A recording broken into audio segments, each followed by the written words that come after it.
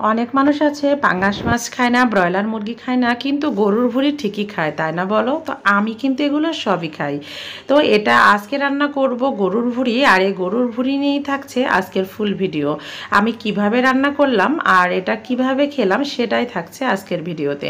তোমরা কে কে গরুর ভুঁড়ি খেতে ভালোবাসো অবশ্যই কমেন্টে জানিও, আর কে কে পছন্দ করো না সেটাও জানাতে ভুলো না। হ্যালো বন্ধুরা, আসসালামু আলাইকুম। 1 কেজি পরিমাণে গরুর ভুঁড়ি এখানে নিয়েছি। সাদা এলাচ কয়েক পিস দিলাম, কালো এলাচ 2টা দিলাম, দারুচিনি কয়েক পিস, গোলমরিচ একটু বেশি পরিমাণে দিতে হয় কারণ ভুঁড়িতে গোলমরিচটা দিতেই হবে মাস্ট। আর এখানে দিব 3-4টা লবঙ্গ, আদা বাটা, জিরা বাটা, হলুদ গুঁড়ো, মরিচ গুঁড়ো এবং পরিমাণ মতো লবণ। পেঁয়াজ কিউব করে কেটে রাখা আমি 1 কাপ দিয়ে দিয়েছি। এখানে আমি রসুন এবং পেঁয়াজটা একদম গোটা গোটা ব্যবহার করব। এখানে আমি কোনো পেঁয়াজ বাটা বা রসুন বাটা ব্যবহার করব না। আর পরিমাণ মতো তেল দিয়ে এটা আমি সুন্দরভাবে প্রথমে কষিয়ে নেব। অনেকেই মশলা কষিয়ে তার ভেতরে ভুঁড়ি দিয়ে দেয়, কিন্তু আমি আমার আম্মার কাছ থেকে এই রান্নাটা শিখেছি। ভুঁড়ির উপরে সব ধরনের মশলা দিয়ে এটা কষিয়ে নিয়ে মশলাটা যখন কষিয়ে সুন্দরভাবে কাঁচা গন্ধটা চলে যায়, ঠিক সেই মুহূর্তে গরম পানি অ্যাড করে দেয়।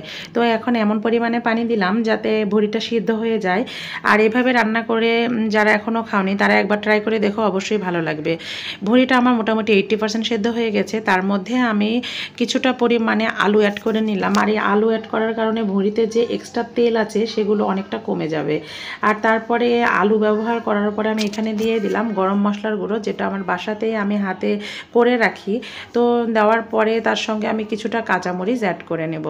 আর ভুঁড়ি যেহেতু আমি এখনই খাবো রান্না করার সঙ্গে সঙ্গে, কারণ ভুঁড়ি দেখলে আমার একদমই ক্ষুধাটা অনেকটা বেড়ে যায়। আর এই কারণে আমি আমার লোহার কড়াইয়ে ভুঁড়িটা ঢেলে দিলাম এবং এখন ভাজা ভাজা করে নেব। কারণ ভুঁড়িটা ঝোল ঝোল থাকলে তো খেতে ভালো লাগবে না বা খাওয়া যাবে না, এই কারণে লোহার কড়াইয়ে দিলাম যাতে অনেকটা ভাজা ভাজা হয়ে আসে।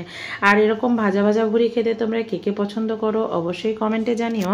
লোহার কড়াই এভাবে কিছুক্ষণ ভুঁড়ি নাড়াচাড়া করলেই কিন্তু ভুঁড়ি রান্না একদম খুব তাড়াতাড়ি শেষ হয়ে যায়। তো এই তো আমার ভুঁড়িটা অনেকটাই ভাজা ভাজা হয়ে গেছে।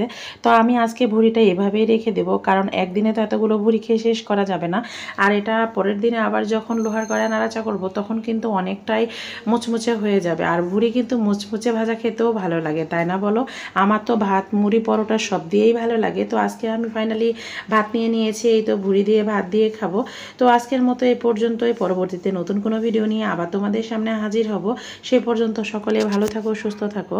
আর হ্যাঁ, অবশ্যই ভিডিওটি ভালো লাগলে লাইক, কমেন্ট এবং শেয়ার করো। ইউটিউব থেকে দেখে থাকলে চ্যানেলটা সাবস্ক্রাইব করো, আর ফেসবুক পেজ থেকে দেখে থাকলে পেজটা ফলো দিয়ে পাশে থেকো। আল্লাহ হাফেজ।